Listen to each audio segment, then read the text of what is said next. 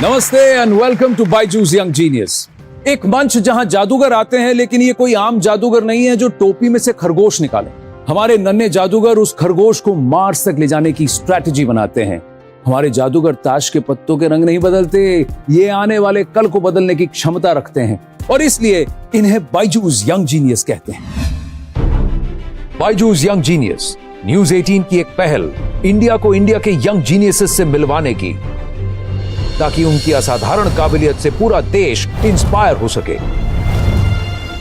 भारत के कोने कोने से हमने ढूंढ निकाले हैं कई बेमिसाल यंग जीनियस और उनमें से सबसे खास को चुना हमारी अमेजिंग जूरी ने। Actor, dancer and politician Hema Malini, national badminton coach Pullela Gopichand, musician Shankar Mahadevan, author Amish Tripathi, Amul CEO doctor Sodhi and director of DRDO Anil Mishra. अलग अलग फील्ड्स में अपनी प्रतिभा के झंडे गाड़ चुके ये यंग जीनियसेस अब आ रहे हैं अपनी कहानियां आपके संग बांटने।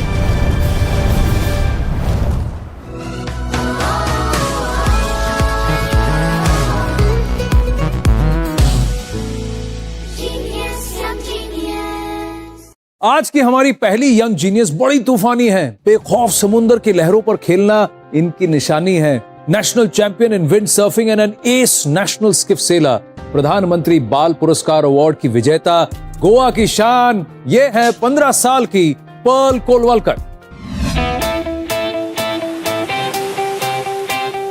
For me, home is where the waves are, as the one thing that gives me the most amount of happiness is sailing. Hello, मेरा नाम है Perl कोलवलकर. I'm a national level gold medalist in windsurfing. I also do skiff sailing and kite surfing, and lately I have been pursuing laser sailing. I started off with windsurfing, and that's the thing that actually made me love the sea. Pearl ने इतने कम time में जो achieve किया वो बहुत मुश्किल है किसी भी बच्चे के लिए, और अभी वो नॉर्मल कैटेगरी में सेलर्स के साथ पार्टिसिपेट करती है, जो ओलंपियन है उनके साथ पार्टिसिपेट करती है। When Pearl received the Pradhan Mantri Rashtriya Bal Shakti Puraskar at the hands of the Honorable President of India, it was an absolutely amazing moment. We couldn't believe that it's our little Pearl who's walking up to the stage at the Rashtrapati Bhavan. We had tears in our eyes watching this moment. Representing India abroad for different events and championships, or even in the Olympics, is not an easy task, as it requires a lot of effort, hard work, focus. But I am determined to represent India, and I really want to win a gold for my country.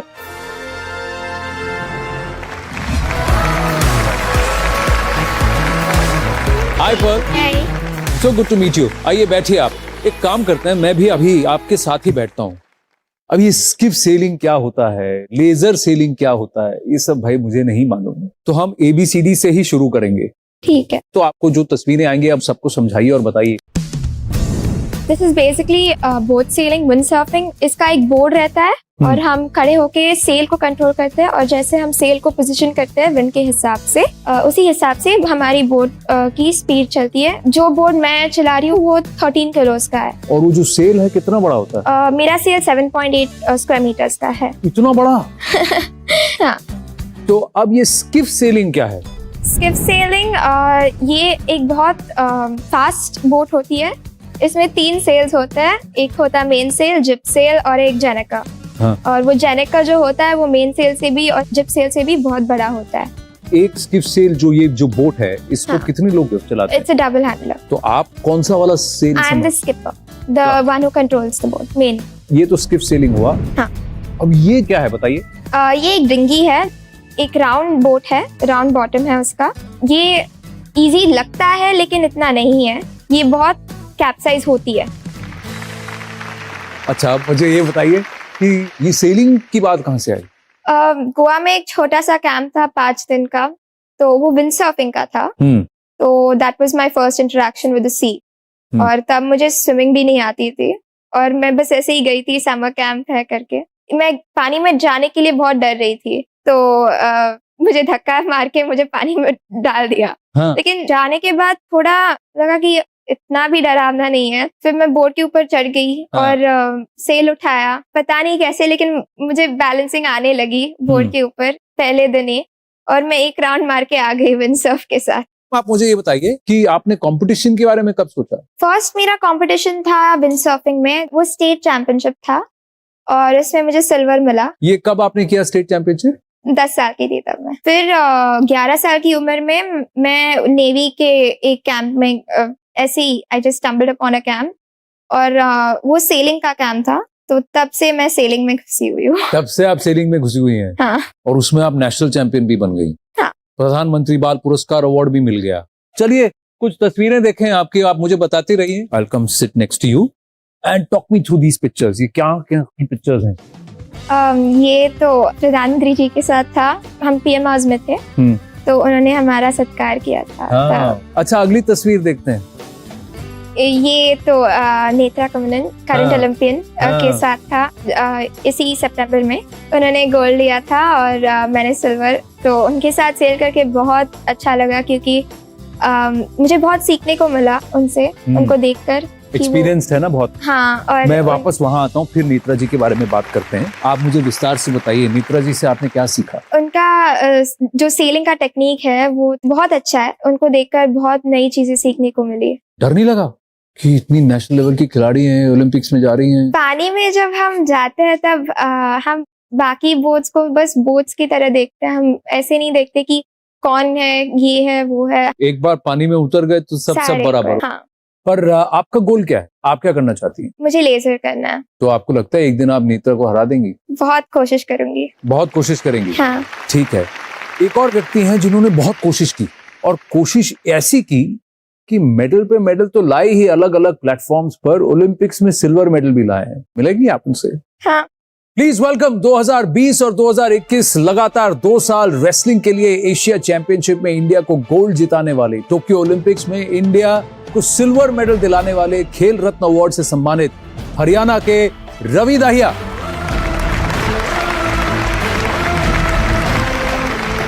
Thank you. आइए बैठिए। तो रवि, ये Perl है, Perl कोलवलकर। और Perl, आप तो इनको जानती हैं, Ravi Dahiya Olympic silver medalist. Excited to meet you? Very. Very. आप तो अखाड़ा में कुश्ती लड़ते हैं, ये समुद्र में कुश्ती लड़ती है लहरों से। इनका ख्वाब है कि पेरिस में भारत के लिए वो सेलिंग करें। कैसा लग रहा है आपको ऐसी इतनी छोटी सी एक यंग जीनियस से मिलकर? बहुत अच्छा लगता है। ऐसे 15 साल की उम्र में एक ऐसा गोल बना लिया कि देश के लिए ओलंपिक्स में मेडल जीतना। तो मैं तो यही कहूंगा कि आप मेडल नहीं, देश के लिए गोल्ड जीतो, क्योंकि आप अभी से गोल्ड का टारगेट बनाओगे जब भी आप गोल्ड जीत सकते हो। Yes sir. हम भी उम्मीद करेंगे कि अगली बार मैं भी देश के लिए गोल्ड जीतूं और आप मेरे साथ हो, और दोनों उसमें पेरिस भी लेने मिले और देश का नाम रोशन करेंगे दोनों। Yes sir. लेकिन आप इनको बताइए कि इसमें इनको क्या करना पड़ेगा ताकि वो जाकर उस पोडियम पे पहुंच जाए। बिल्कुल जी, सबसे पहले तो यही कहूंगा कि एक डिसिप्लिन है, वो सबसे जरूरी है। और एक रिस्पेक्ट है ना, सबकी बड़ा या छोटा, सबकी एक रिस्पेक्ट आपके मन में जरूर होनी चाहिए। और एक आपका गोल है ना, उसके प्रति आप इतने सच्चे होने चाहिए कि आप अचीव भी ना करो ना तो आप कल ये नहीं हो कि मैंने अपनी तरफ से कोशिश नहीं करी, मैं ये कर सकता था और मैंने ये नहीं किया, इसलिए शायद रह गया। तो शायद के लिए कुछ भी नहीं छोड़ना है। अगर आप सच्चे हो और सच्चे दिल से करोगे तो परमात्मा आपका बहुत ही ज्यादा साथ देगा। Yes sir. आप कुछ पूछना चाहेंगे रवि से? ओलंपिक्स की तैयारी जब आप कर रहे थे तब आपने बहुत मेहनत लगाई होगी, बहुत डिसिप्लिन हुआ हो। पता क्या होता है, मेरा मानना ये कि एक ना आप अगर सच्चे दिल से ठीक ठाक करते हो तो ऐसी कोई बात नहीं कि आपको ज्यादा जरूरी कुछ है। और जो भी चीज आपको डिस्टर्ब करती है, चाहे आप कुछ भी, चाहे सोशल मीडिया हो या कुछ भी हो, तो आपको उनसे दूर होना पड़ेगा। मैं तकरीबन 2-2.5 साल से सोशल मीडिया से बिल्कुल दूर था। बस यही था कि एक टारगेट था कि देश के लिए कुछ ऐसा करें। तो उसके बाद देखो सारी चीजें अपने आप ही आ जानी थी। हाँ। तो एक टारगेट बना के चले गए। तो अब बात ओलंपिक्स की हो रही है तो मैं एक छोटा सा गेम खेलना चाहता हूँ आपके साथ। बहुत सिंपल सा गेम है। मैं एक काम करता हूँ, आपके पास ये 2 प्लाकार्ड जो है, एक आपको है और एक आपको है। सिर्फ सही गलत का गेम है। सही है तो आप ग्रीन बोर्ड लगाएंगी, गलत है तो घुमा देंगी। ठीक है? तो पहला सवाल है, ओलंपिक्स का जो लोगो है उसमें कितने रिंग्स हैं?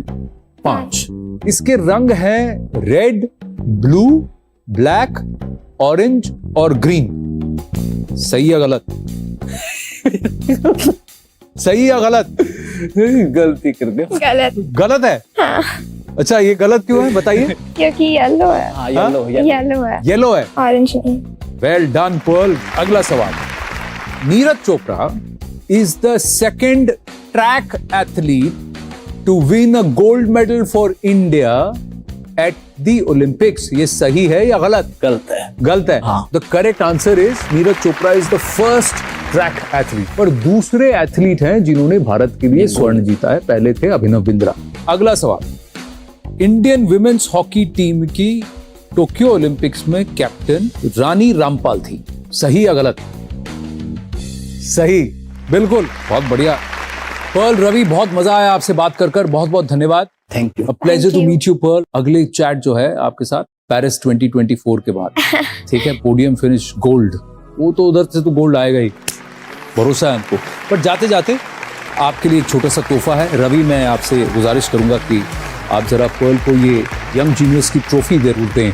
और इसी के साथ पर्ल, आपको मिला है बायजूस की तरफ से 1 साल का subscription to the Byju's online learning programme. Ravi, Pearl, thank you very very much for joining us on Byju's young genius. बहुत बहुत धन्यवाद Ravi. Thank you. Thank you. Thank you. हमारे नेक्स्ट जीनियस एक डेटा साइंटिस्ट हैं, सिद्धार्थ पिल्ली। Tanya Sachdev का analytics है. If we see by start of 2022, she might break her previous 2008 record as well. Oh my god, I am mind blown by what I just saw. I mean, do you have any free time to become my coach anytime soon? Welcome back to Byju's young genius. हमारे next genius एक data scientist हैं।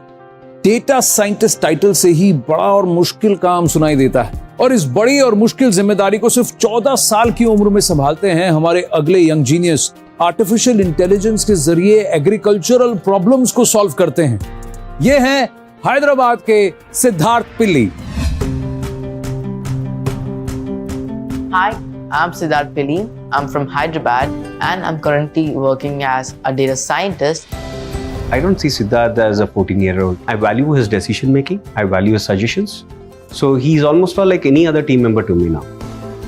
We tend to use data to solve problems in the domains. These might include on, let's say, classifying if a person has cancer or not, or trying to understand, let's say, the next few days of the weather prediction, or even also predicting if a traffic jam will be at this certain part of the day. I'm also working as an intern at IIT Hyderabad, and my work here involves of using state-of-the-art deep learning and computer vision models to solve problems in the field of agriculture. Whatever Siddharth has achieved at 14 years of age, it took me years to get there. I wish to make an AI someday that will revolutionize the thinking, the practicality of the way we solve things around the world.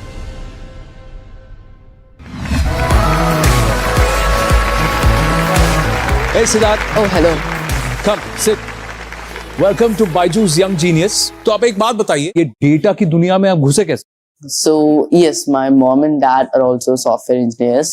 At the age of 7, I basically first started with the whole concept of coding and everything. 7 साल की उम्र में? At a young age, I play a lot of computer games and mobile games as well.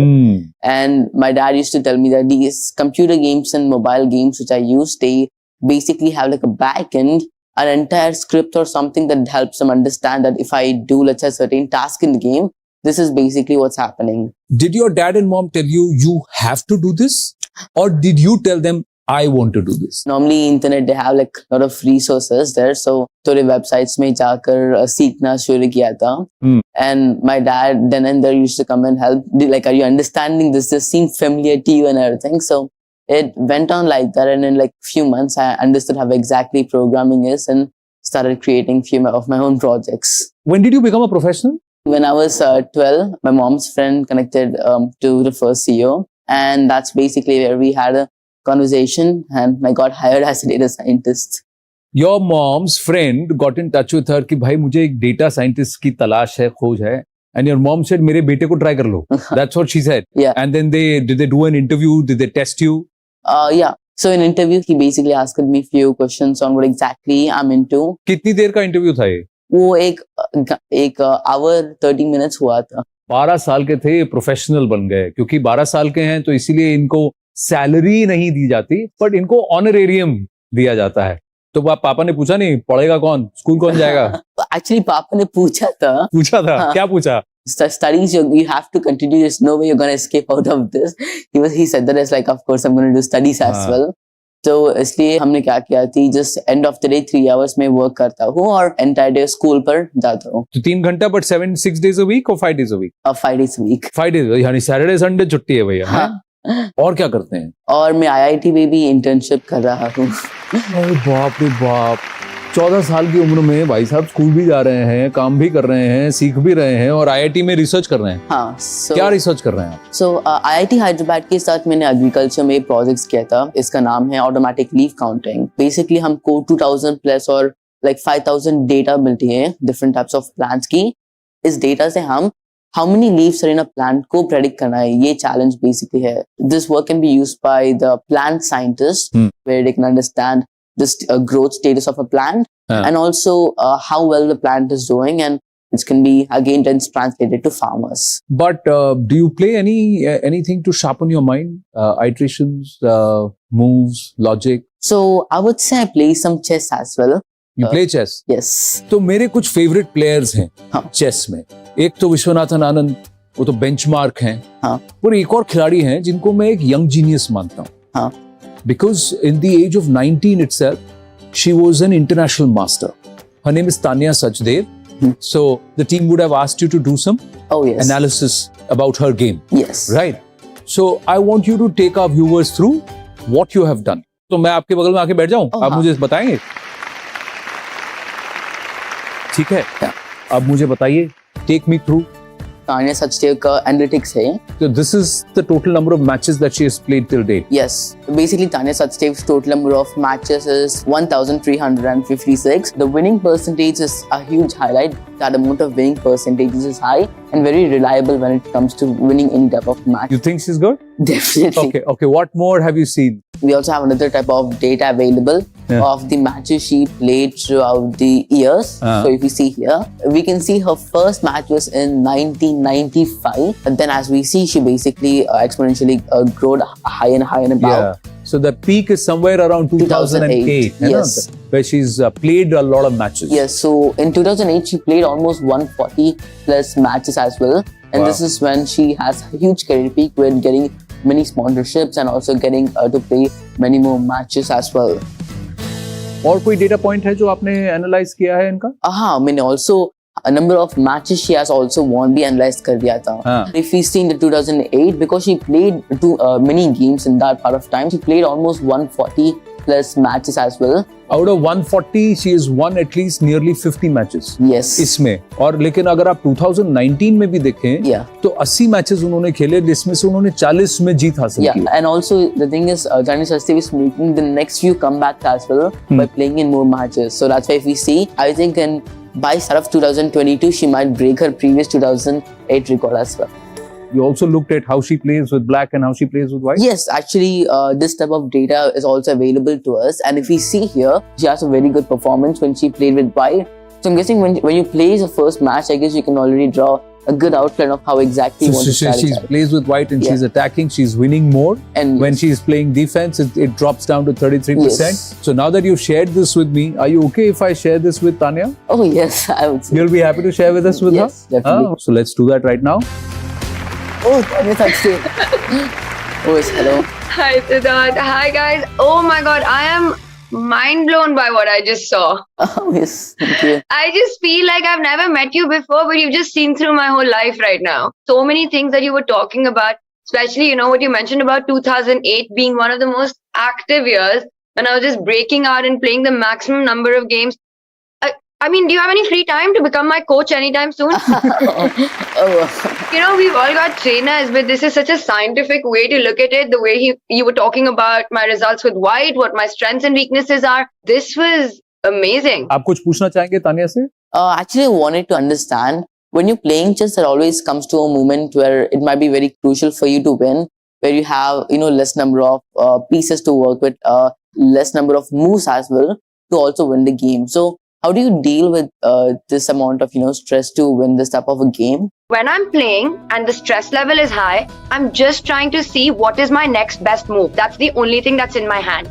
Thinking about the result, thinking about kya hoega if this match doesn't go my way, main haar jaungi. Nothing good will come out of it. But before the matches start, it's very important to get in a zone, to work on your mental health, to work on your nerves. And yeah, but I think experience and doing more of this is what makes us better when we actually go perform. Tania, क्योंकि आप इतना deal कर चुकी हैं international forum में और competitive chess बहुत ज्यादा डिमांडिंग भी होता है, तो मैं आपसे आग्रह करूंगा, जरा सिद्धार्थ को बताइए how to deal with failure. You know, my coach always used to say, Siddharth, that champions are not made during tournaments, they are made between tournaments. Oh yes. So whatever hard work you put in and whatever you learn from your losses, you have to just analyze ki what you can do. जैसे आप बोल रहे थे, through data collection, in my case, through my games, see my weaknesses, with the resources I have, improve on them, work on them. And the only thing that we can do is to go back there and fight that. Oh yes. Such a pleasure to speak with you. Thank you for making the time to speak to this little genius here. One more thing before I go, what you mentioned about me playing with the white pieces, absolutely on point. Oh yeah. Well done. Oh, yes. Thank you so much for joining us here on Young Genius. Thank you. Thank you. How was that? Oh yes, that's great. Great? Yes. Fantastic. Oh yes, I feel excited right You now. feel excited? Oh yes. पर सिद्धार्थ, जाने से पहले हमारी तरफ से आपके लिए एक छोटा सा तोहफा है. आप यहाँ आइए Oh, हाँ.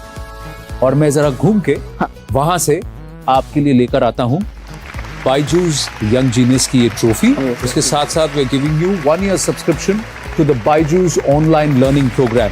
Well done, Siddharth. Thank you so Very proud of you. Lovely to meet you. Thank you. Thank you. Thank you very much. छोटी सी उम्र में कुछ ऐसा कर दिखाए जिसे करने में लोगों की उम्र गुजर जाए, वही तो यंग जीनियस कहलाए. इस सफर में हम एक से बढ़कर एक जीनियस से मिले और उन सब के कारनामों पर, उनकी जर्नी पर हम एक नजर और डालेंगे अगले एपिसोड में. तब तक के लिए नमस्ते, प्रणाम, अलविदा. ख्याल रखिए अपना. जिंदगी की किताब में कुछ नया लिखिए. हमारे यंग जीनियस जैसा कुछ आप भी कीजिए.